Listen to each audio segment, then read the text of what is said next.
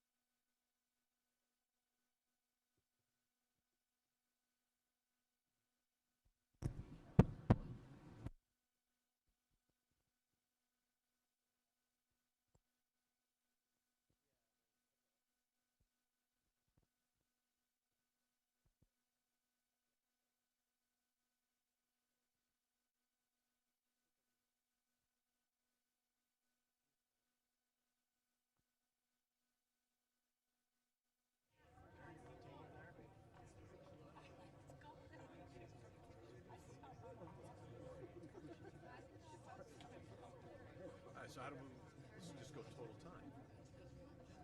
You think 40 minutes? 30 minutes.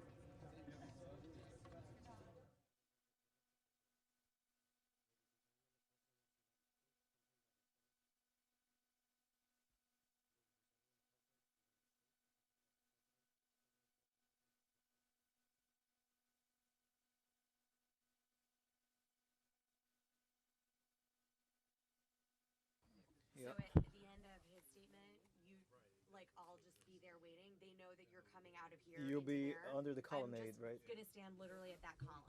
Wonderful. Right.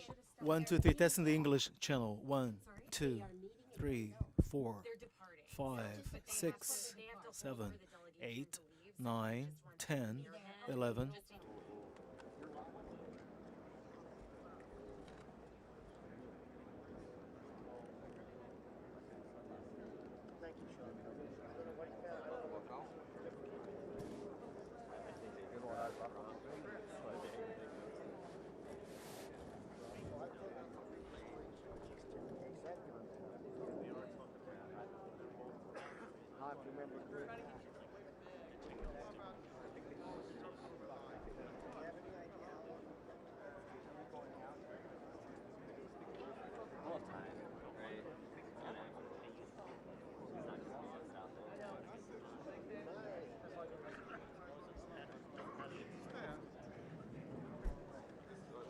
That's fair. Does one person maybe want to try to run ahead with me and the two people? I was sitting there just grabbing the camera.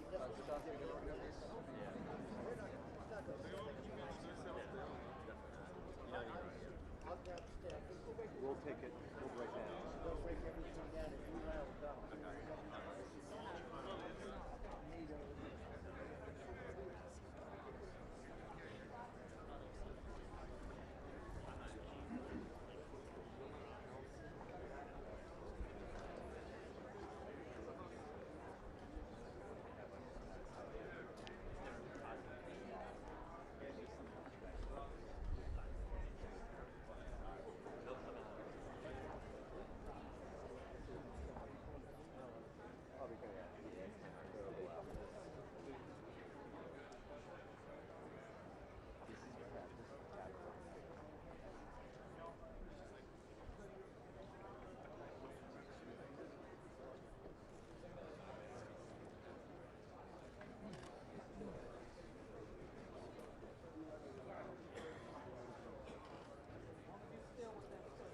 Hey, I'm gonna take it off.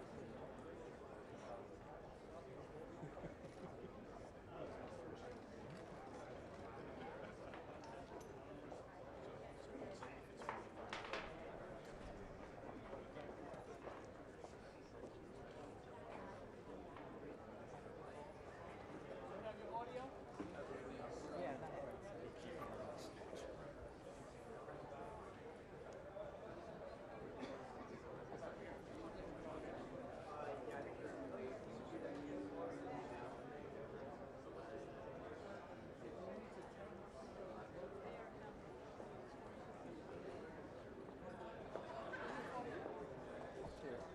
Yeah, he bugged me.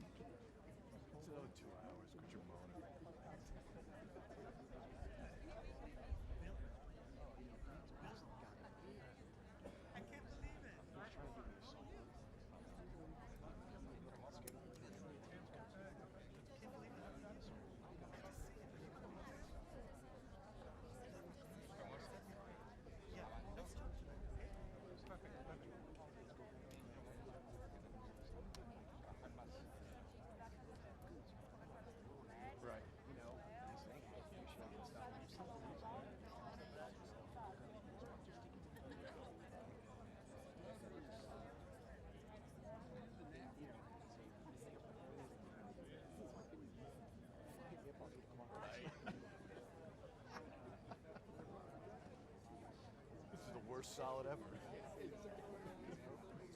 Talk about solid etiquette. It's one of those cowboy bush.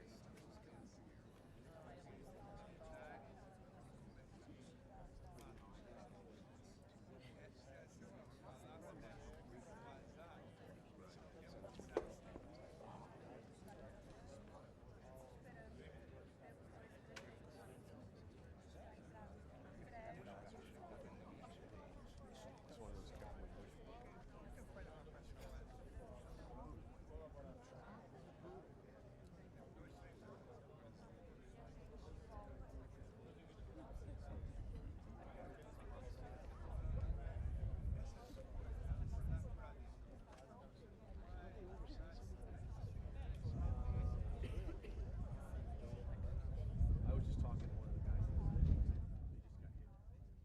They just got hit. One of the takes 12 trips. They're all domestic. A couple of homes down there. 5 days.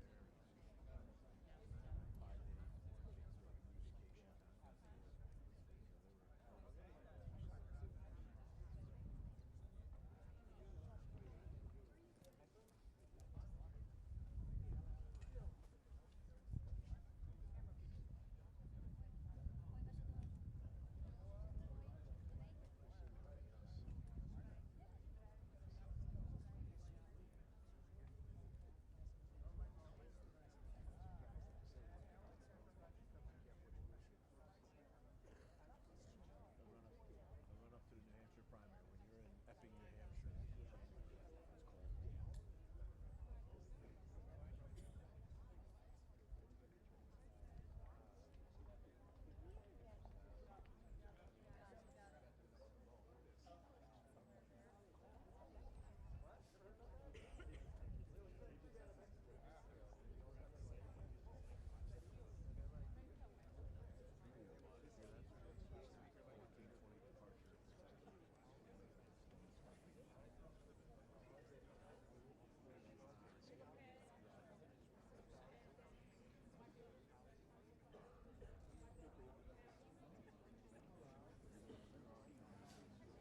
Party might be cashing in.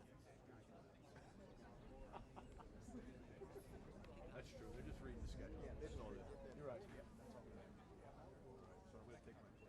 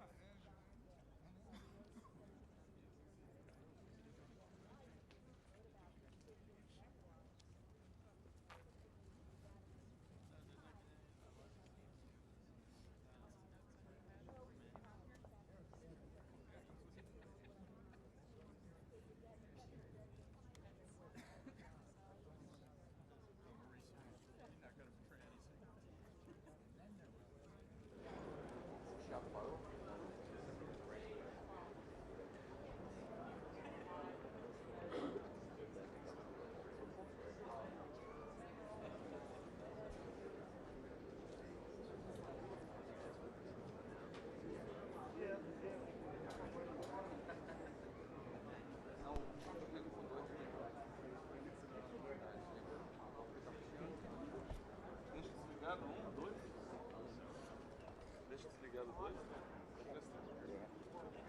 gave a program. We had a little 25 500.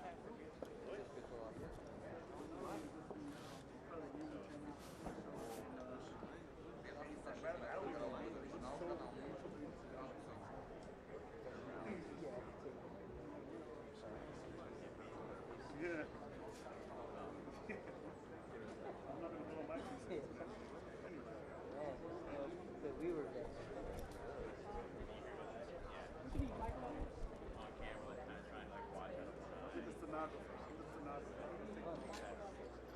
right now. Right in there. Yes.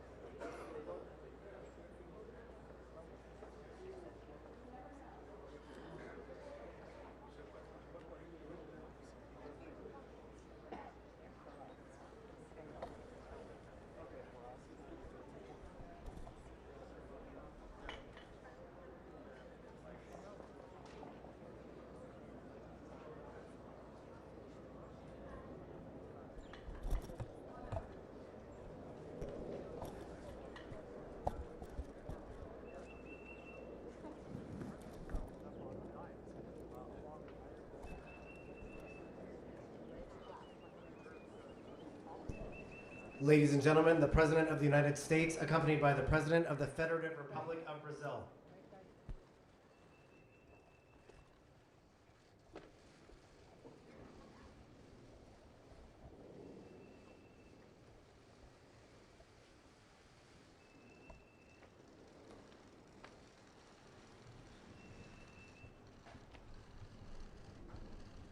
Thank you very much, everyone. Thank you.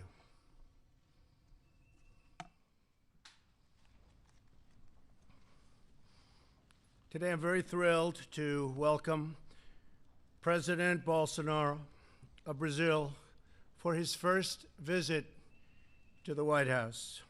President Bolsonaro, I want to congratulate you again on your tremendous election victory. Last October, it was an incredible feat and really a truly incredible challenge, and the end result was something the whole world was talking about. I also know that we're going to have a fantastic working relationship.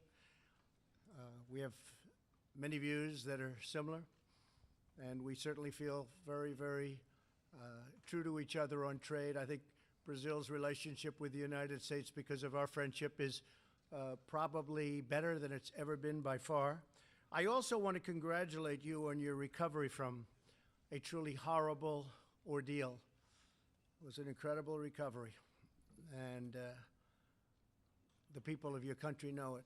Great bravery. You've shown tremendous bravery.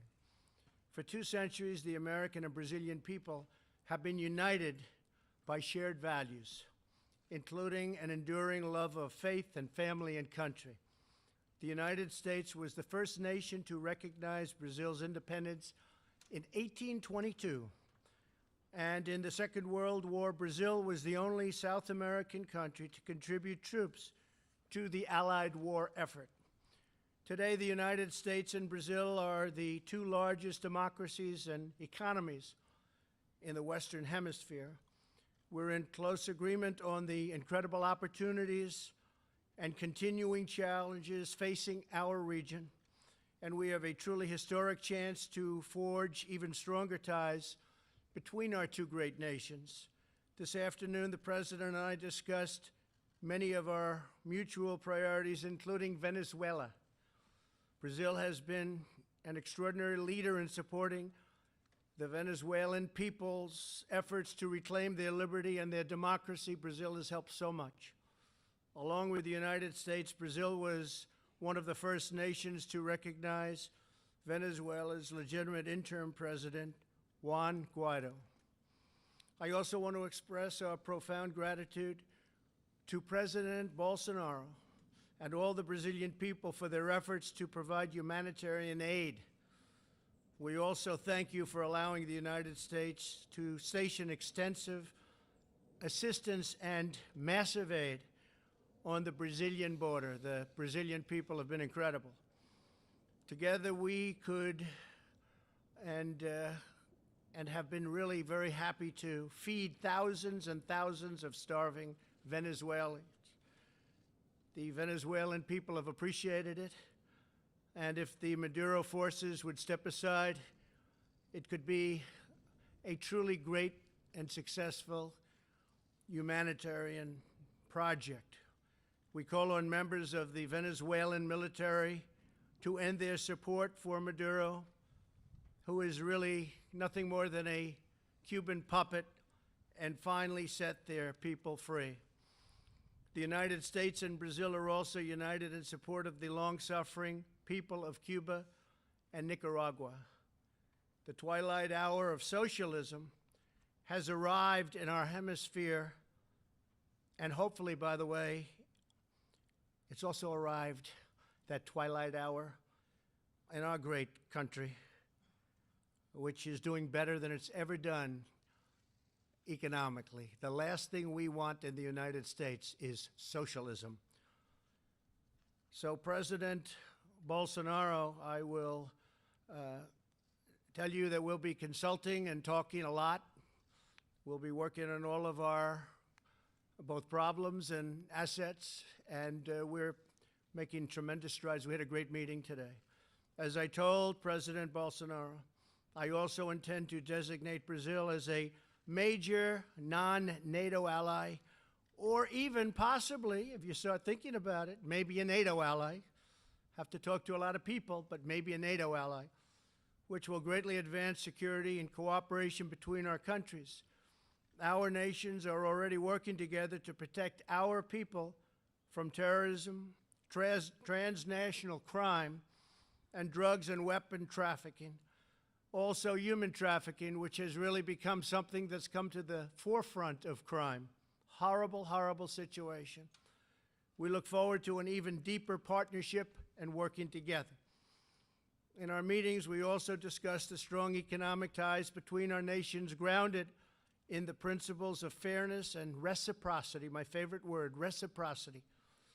President Bolsonaro and I are both committed to reducing trade barriers, facilitating investment and supporting innovation across a range of industries, particularly energy, infrastructure, agriculture, and technology. The President's vision for freeing the private sector and opening the economy is the right way for Brazil to achieve strong economic growth, and our great companies are ready to go when that table is flat and free. To improve our business relationships, we have revived the U.S.-Brazil CEO Forum, and we have started a new U.S.-Brazil Energy Forum. We welcome Brazil's aspirations to join Organization for Economic Cooperation and Development, a laudable goal and one that will make Brazil's status as a developing and developed country.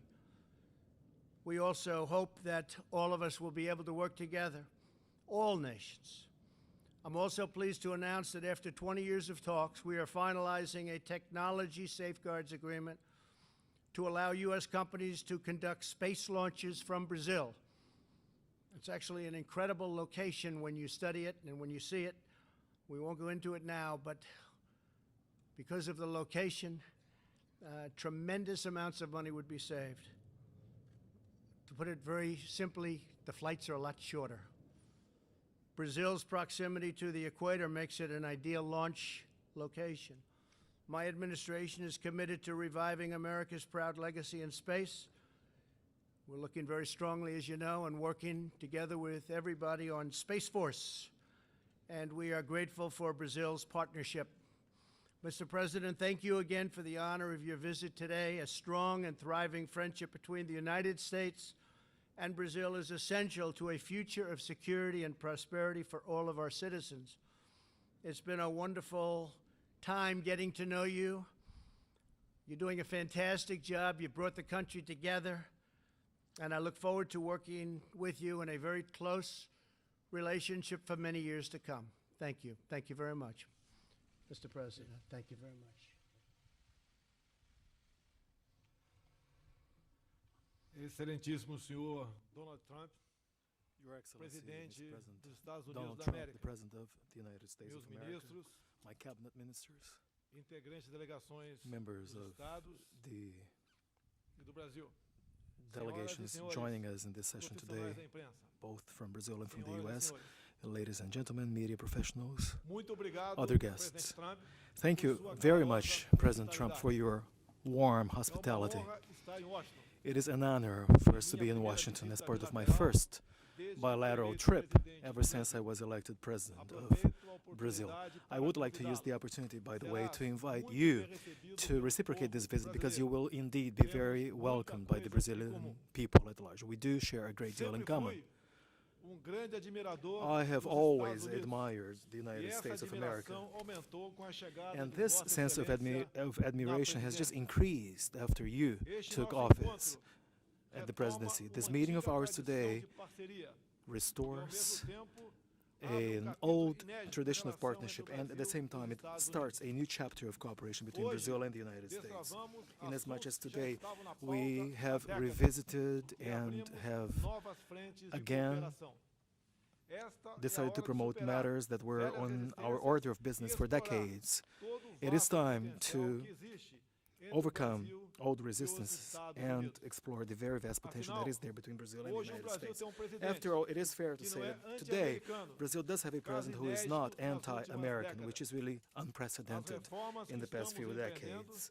The reforms we are currently undertaking have changed Brazil into an even more attractive country. We are strongly committed to striking a proper balance in government accounts and also, of course, totally changing the business environment. U.S. support to Brazil's accession to the OECD will be clearly interpreted or construed as a gesture of mutual understanding, which will be very emblematic as part of the closer and closer ties we aspire to. The private sectors of both countries should remain a high-profile player in our relations, and that is why we have decided to restore the CEO forum between Brazil and the U.S. We also intend to attach priority to relaunching an energy forum with an emphasis on oil, gas, and other sources of energy. The Brazilian government, as a sign of goodwill, has granted full visa exemption to U.S. nationals with a view to further encouraging tourism and business travels.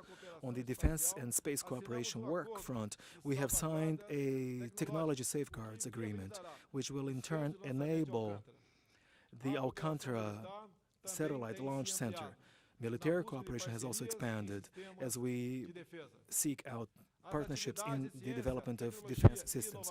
Science, technology, and innovation activity can certainly be expected to take on an increasing role as part of our bilateral agenda. Hence, our proposal to launch an innovation forum between Brazil and the U.S. Efforts to tackle terrorism and organized crime is a matter of utmost urgency for our two peoples. We have decided to strengthen our bilateral security forum and do more against money laundering and drug trafficking. Re-establishing democracy in Venezuela is also a shared interest between our two administrations. The dictatorial regime in Venezuela today is part of a broader international coalition known as the Sao Paulo Forum, which nearly conquered power throughout Latin America in recent times. However, by democratic means, we were able to rid ourselves from that project in Brazil. In conclusion, may I say that Brazil and the United States stand side by side in their efforts to ensure liberties and respect to traditional family lifestyles, respect to God, our Creator, against the gender ideology or the politically correct attitudes, and against fake news. Drawing inspiration from Ronald Reagan, I wish to bring to Brazil his administration style as summarized in the following citation. People should say what the government can do and not the other way around. The United States changed in 2017 and Brazil has just started to change now in 2017. We stand together side by side to the ultimate benefit of our two nations. We want to have a great America, yes, and we also want to have a great Brazil. Once again, may I voice my admiration and recognition to President Donald Trump on this beautiful day where we seal a promising alliance between the two most promising and largest democracies in the Western Hemisphere. May God bless Brazil and may God bless the United States of America. Thank you very much, Mr. President. So we'll take a couple of questions. Roberta Rampton, please. Roberta. Reuters. Thank you. Thank you very much, Mr. President. On Venezuela, you did the tough sanctions and you sent the aid, but it seems like Maduro is no closer to leaving. And I'm wondering if you're getting worried about losing momentum And how long are you being told that this is going to take? I'm not being told any specific time. They've been there a long time between him and his predecessor. At some point, I would imagine things will change, but we really haven't done the really tough sanctions yet. We can do the tough sanctions, and all options are open, so we may be doing that. But we haven't done the toughest of sanctions, as you know. We've done, I would say, right down the middle, but we can go a lot tougher if we need to do that. But it's a very sad thing. We're not looking for anything other than taking care of a lot of people that are starving and dying in the streets. What's happening there is a disgrace. This was one of the wealthiest countries in the world, and all of a sudden it's it's grief-stricken, poverty-stricken, no food, no water, no air conditioning, no anything, no power for a long time last week, no power, and that's going to break down again because it's being held together by threads. So it's very sad, Roberta, very sad to see. Okay. May I ask President Bolsonaro? President Bolsonaro, are you open to the idea of allowing a U.S. base or U.S. military personnel, a military presence in Brazil to provide support on the border with Venezuela? And is that something that you talked about with President Trump today? Yeah, we have discussed the possibility of Brazil becoming a great allied extra NATO. Recently, we requested that food was sent through Boa Vista, the capital of Roraima state, through our friends from America, so that humanitarian aid was provided to Venezuela. At this point in time, this is where we stand. So for as much as it's possible for us to do together to sort out the issue of the Venezuelan dictatorship, Brazil will be more than willing and ready to fulfill this mission and take freedom and democracy to that country, which up until recently was one of the wealthiest countries in South America. But nowadays, people are starving to death. They are suffering violence, lack of medication. It's something terrible that's going on in there, and we need to put an end to this issue, which is pervasive to the whole wide world. Mr. President, please. Boa tarde, presidente. Simone Iglesias da Bloomberg. Eu gostaria de saber, Hello, Simone presidente Iglesias from Bolsonaro, se os Bloomberg. Estados I would like to Unidos, know if fizerem uma intervenção militar if the na U.S. Venezuela, actually qual é a have a posição military do Brasil intervention in Venezuela, what's the position of Brazil? Well, there are a few issues that if you speak, they're no longer strategic. Therefore, these reserved issues, which may be discussed if they have not yet, will not become public, evidently. I remember on a debate here in the United States when a candidate asked another candidate what he would do to fight the Islamic State. He said, if I say, I will no longer be able to beat it. So it's a matter of strategy. For everything that we discuss here will be honored, but unfortunately, certain pieces of information, if are to come to the table, may not be debated publicly. President Trump, regarding the military intervention, do you think about this possibility of fighting Venezuela to remove Maduro from power? As I said, all options are open. I think of all possibilities. All options are open. We'll see what happens. And by the way, I see in the audience the son of the president, who has been fantastic. Would you please stand up? The job you've done during a very tough period of time is just fantastic. And I know your father appreciates it, that I can tell you. Okay, thank you very much. Fantastic job. Sagar Enjeti from Daily Caller. Sagar. Thank you. Thank you, Mr. President. Two questions for you, sir, if I may. The first on the 2020 election. There's a growing number of Democratic candidates who have endorsed the idea of adding seats to the Supreme Court. Is that an idea that you would entertain in the remainder of your term or possible next term, or is that not something that you agree with? No, I wouldn't entertain that. The only reason is that they're doing that is they want to try and catch up.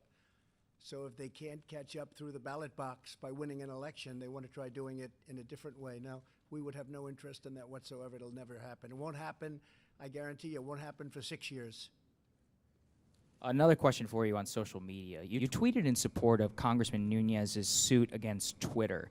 There's part of a larger discussion that Senator Josh Hawley's been leading about making social media companies liable for the content that is on their platform, which they're not currently. Is that an idea or a change in law that you would support? Well, we have to do something. I tell you, I have many millions of followers on Twitter, and it's different than it used to be. Things are happening, names are taken off, people aren't getting through. You've heard the same complaints. And it seems to be if they're conservative, if they're Republicans, if they're in a certain group, there's discrimination and big discrimination. I see it absolutely on Twitter and Facebook, which I have also, and others I see, but I really focus more on the one platform.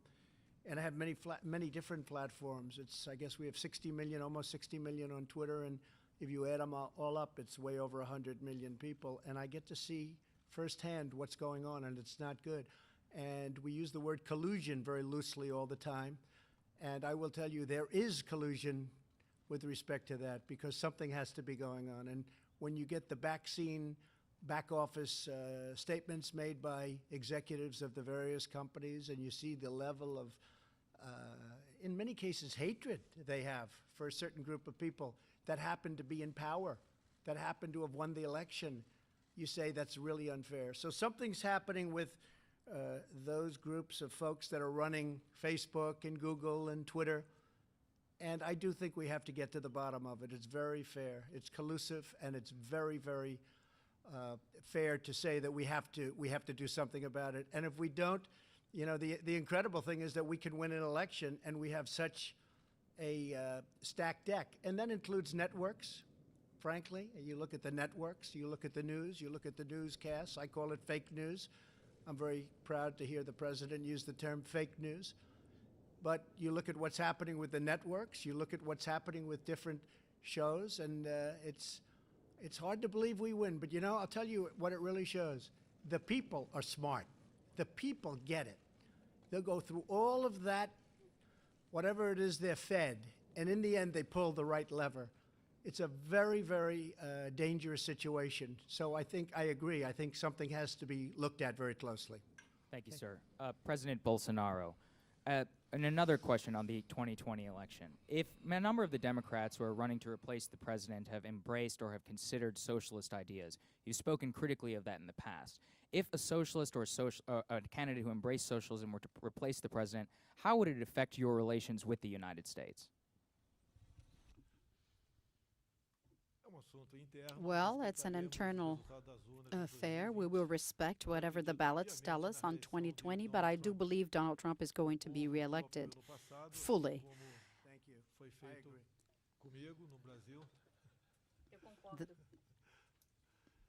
Yeah, this was the same what happened to me. I think everyone will repeat their vote here in America. So every day more and more people that are prone to socialism and even communism slowly are going to be opening their minds to the reality. And you can see the border with Venezuela and Brazil was recently closed, not for Brazilians which are pro-socialism to go into Venezuela, but the other way around, so that Venezuelans who support democracy wouldn't go into Brazil. This feeling, most certainly, is going to be very much seen when 2020 comes. Mr. President, thank you very much. Sorry. Go ahead. You want to go? You Yeah. look like a very nice person. Go ahead. Watch. Here, this will be the killer of all time. Watch. Thank you, Mr. President. Beatriz Bula from Estadão. The USTR is not supporting the entry of Brazil in the OECD. Is the U.S. government going to formally support Brazil's entry on the OECD, and what have you asked as a trade-off? We will be supporting. We're going to have a great relationship in so many different ways. That's just something that we're going to be doing in honor of the president and in honor of Brazil. We will be asking for things, but not necessarily having to do with that. I think we're just going to have a very fair relationship. Okay? Thank you. Thank you. And Presidente Bolsonaro. Thank you. Presidente Bolsonaro, os Estados Unidos esperam a diminuição da influência da China no Brasil.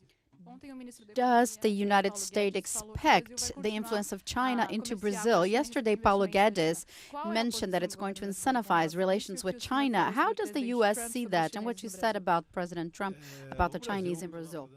Well, like I said, Brazil is going to keep on making as much business with as many countries as possible. No longer businesses are going to be found into the ideology as it used to be.